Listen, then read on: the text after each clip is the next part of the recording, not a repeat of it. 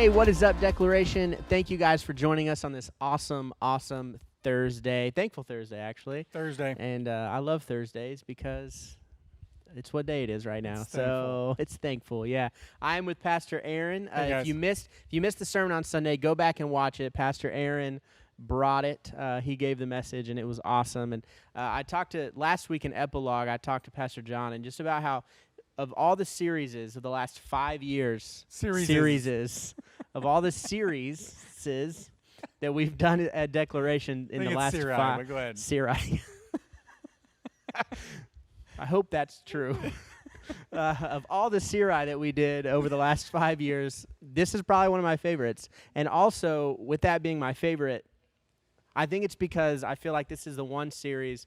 Not to say that God hasn't led us to all the other series, but this series has seemed like such a vital, there's no way that God did not mean for this series right now. Yeah, I agree. You know? Yeah. And man, I just feel like God has been saying a lot in the series, and every week I just feel, the sermons are not super easy sermons, right? Like they're very challenging. They're very hey, take a close look at your life. Right.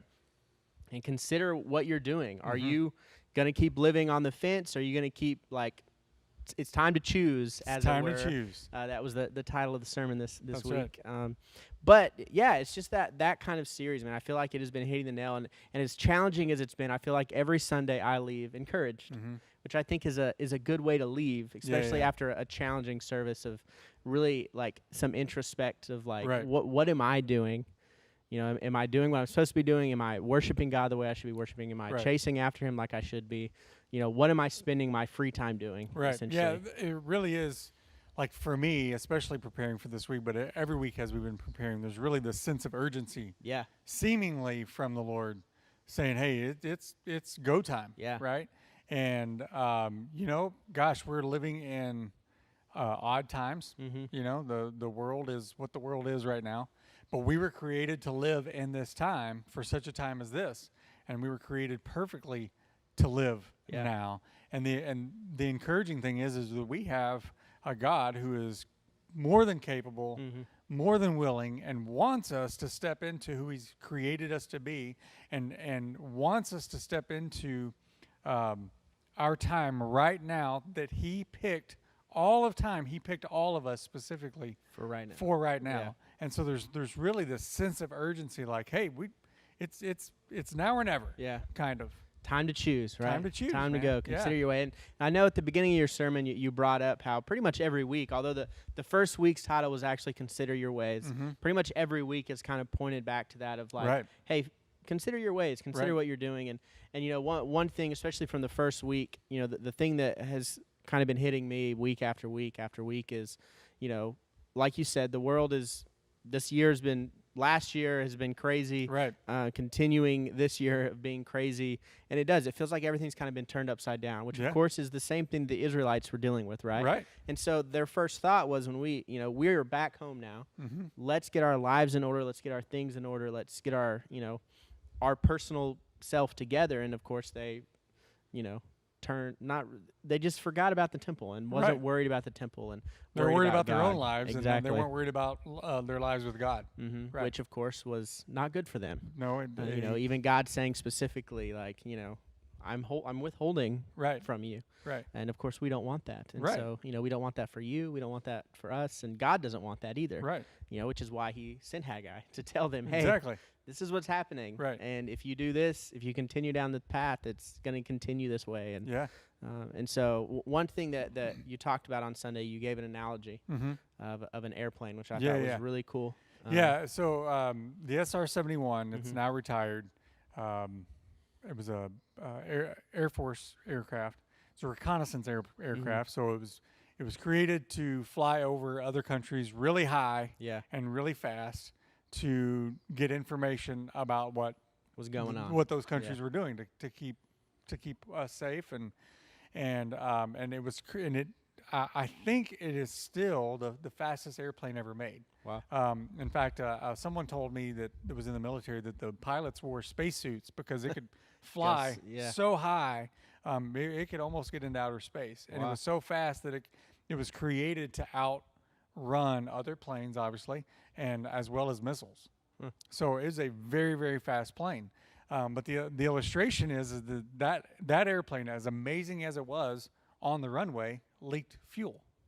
All of them. That's how they made them. They made them to leak fuel on the runway because what happens when the plane gets up that high and flies that fast is so much heat is generated on the plane, on the outside of the plane, that it causes the metal to expand.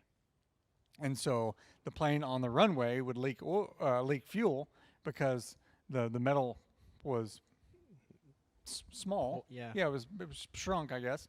But up high, where it was flying, where it was created to fly, the metal would expand and it would fly faster than any plane. It did its job perfectly, and it didn't leak fuel. And so the analogy was, how many of us Christians are leaking fuel or leaking energy because we're doing things, or we're sitting on the runway, or we're doing things that we weren't created to do.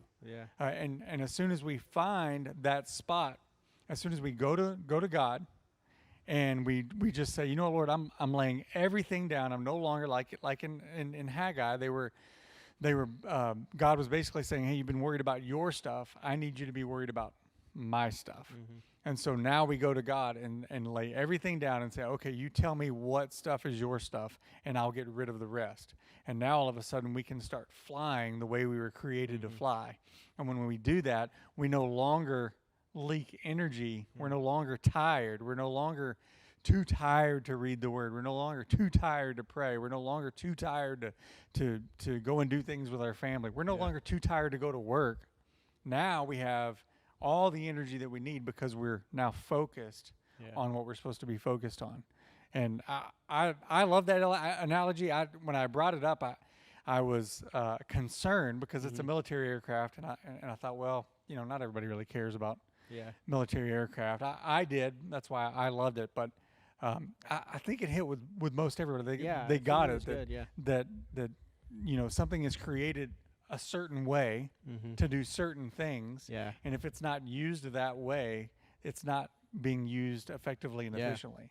And I think that's where we find ourselves. I think even a lot of too, times. if you look at it in a sense of, you know, everyone's created for something. Right. You know, scripturally, of course, we know that everyone's created for something, different things, but everyone's created for something. And even that aircraft, someone who doesn't understand that aircraft, they may look at it on the runway and think there's something wrong with it. You know, and but really, it's just not doing what it's supposed to be doing. And once it is doing what it's supposed to be doing and flying at its altitude and its speed, well, then the leak issue goes away. So people may spend hours trying to figure out what is wrong with this airplane. Like, why is it leaking? What's going on? When really there's not a problem with it. It's just not doing what it's meant to be. And if we want to continue with the analogy, and I made this point in the message, that, you know, there is no calling on anyone's life that's better than another. It's just different. So, and God uses them all, needs them all, created us all for a specific calling. And so it doesn't matter, you know, if we're operating the way that God made us to operate, and we're doing the things that God created us to do, then we are fulfilling God's will in our lives. And so if you look in the military, they have planes, they have aircraft for everything. And some of them aren't as fast as the SR-71, but it doesn't need to be, because those particular planes might be able to carry, you know, 15 tanks or, you know, 200 men. And so it's not supposed to fly that fast because it's just, that's not its job. And then, you know, you have other craft, helicopters, you know, they have a specific calling. They're not, jets can, you know, fighter jets. Let's take fighter jets. Fighter jets fly fast. They fight maneuver crazy. They can do all that stuff, right? And helicopters, even the I don't want to say any of them are basic, but let's take one that's not made for that, and it just literally takes off and carries people to a place and lands. Well, that's effective. You can't do that with a jet. Everybody would die, right? So there is no calling that's better. It's just different. And the goal is, our goal should be, okay, God, here is everything in my life. I'm laying it down. You tell me what here is what you want me to focus on, if any of it, right? And when he says, I want you to do this, this, and this, but you need to get rid of that other stuff, then we get rid of it, and all of a sudden we have freedom. We're stress-free. We have energy. We have fulfillment in life. We now know why we are alive, and we love it. Instead of, dreading every day that we wake up to go do what we're doing, and that may be what God's called you to do, but because of all the other stuff that we focused on, if we can trim that away, now we love what we do, and we look forward to going to work every day, and we look forward to coming home every day and loving our families the way we're supposed to. So really, a time to choose is we've spent the last 4 weeks talking about considering our ways, and we need to do that. We need to consider and go, okay, God, what is it that I'm doing? Help me. And now I believe we're at a time. Now, after a time looking to choose. at it, it's time to choose and see and So I think this series, I'm with you. Out of all the Series I or the Series whatever, all of the series that we've done, this one is really challenging. Yeah, it is. And parts of it can come across real strong, maybe even harsh at times. But I know my heart is, for my life, there's a sense of urgency that God has on us to really look at our lives, look at what we're doing, look to Him to explain to us what we should be doing, and get rid of everything else except what it is that He's asking us to do. And you know what? On the outside, that may look crazy. Well, and it may, it may look no different. It may look exactly the same. It's just a refocus. It's just, He just may say, no, you're doing all the right things, but the why behind what you're doing, you're just doing it just to make ends meet. I'm asking you to go to that job every day to reach those people for me, to share my love with them, right? And so all of a sudden now, your job that you haven't, I'm speaking from experience, jobs that I have had where I didn't like them, if I would have gone to them with that perspective, now all of a sudden I'm in the ministry. Now all of a sudden I am doing what I'm called to do. I'm still doing my job. I'm still doing what I'm doing. It's just a different why. So it could be internal that the Lord's like, I just need you to trim away. You're looking at it this way. I need you to trim that away. You're trying to do these things with what I'm asking you to do. I want you to trim that away and just focus on what I'm asking you to focus on. Which I do. I think I see that, you see that in Haggai too, right? Like God's not telling them to stop everything that they're doing, because there is, they have to continue to plant crops. They have to continue to harvest the crops. They have to continue to do these things. Otherwise, the issue is they were putting so much effort, so much time into doing that for their own gain, to get their lives in order, to figure it out, to make ends meet. And God was providing for them, and providing enough for them. But that's it, just enough. You know, and God says that. I'm giving you just enough, way less than what you were expecting, literally just enough to live. But if you focus on me and the why, the why behind it being, glorifying God, chasing after God, taking that, spending that time with Him to cultivate that relationship in the secret place and all these things and that's when God begins to, to send out blessings and, and I think even in Haggai, one of the, the blessings is, the things that you're sowing into, the things that you're harvesting from, He's gonna, expand that. We'll get the supernatural blessing from the Lord. When you work and you expect, in Haggai it says that they would expect 50. They would expect 50. I can't remember exactly 50 which bushels one. of no. 50 of something, right? But he said, but you went there and you only had 20. Right, because He's withheld, and so He's basically saying there, listen, if you will do this, I will bless you so that you will do the same work. You will expect 50, but I'll give you more than 50, because that's the God we serve. He's the God of abundance. I heard someone say it this way. How much sky do we really need? But He gave us all of it. How much outer space do we need? But it just goes on and on and on.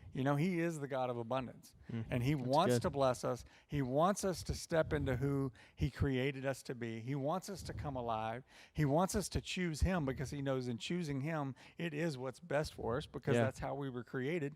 And when we do that, He says, guys, I will pour I will pour it out. I will pour out my Spirit. I will pour out supernatural fruit. I will pour out more than you could ever dare to ask, think, imagine, hope for. That is the God that we serve. And God is saying, hey, right now, it's time. Like now is the time to choose. It's time to choose. Yeah, so that's pretty good. Yeah, man. I could sit there all day. Yeah, I'm kind of sad that the series has ended. This was the last Sunday of the series, but the next one's going to be really good. I'm very excited about this next one as well. So if you're around, or if you're not, because we also have online services. That's right. We are starting a new series this week called Chapter 2. And, man, I'm excited about this one, mainly because it's kind of a diving into really, man, who we are and who we feel like God is calling Declaration to be in the community and really the world. Really the world, And, man, it's exciting. I'm excited about it. Pastor Aaron's excited about it. Everybody's excited about it. Everybody's excited about it. So come be a part of that. On Sunday, we're going to be launching this new series. I think it's a 4-week series as well, just through the month of February. Yep. But it's going to be exciting. It's going to be good. It's going to Siri's talking to me. Yeah, there you go. Hey. So come be a part of it. It's going to be at 9:30 at Snyder. And also, if you're not ready to come back into the building, or maybe you're not in the Spring area, we are changing. We've changed the time of our online service. It's going to be a whole new online service for you to be a part of, and that is awesome. Also going to be at 9:30. Yeah, that's awesome. So we can worship at the same time. So we're going to do 9:30 a.m. and 5:30 p.m. for the online service, but. Yeah, come be a part of that, man. We're excited. It's going to be a good series and a good time, and let's let's worship together, right? Yeah, absolutely. Yeah. God's got a lot in store. He does, man. Absolutely. Awesome. Well, hey, thank you guys for being a part, and we'll see you Sunday. See you then.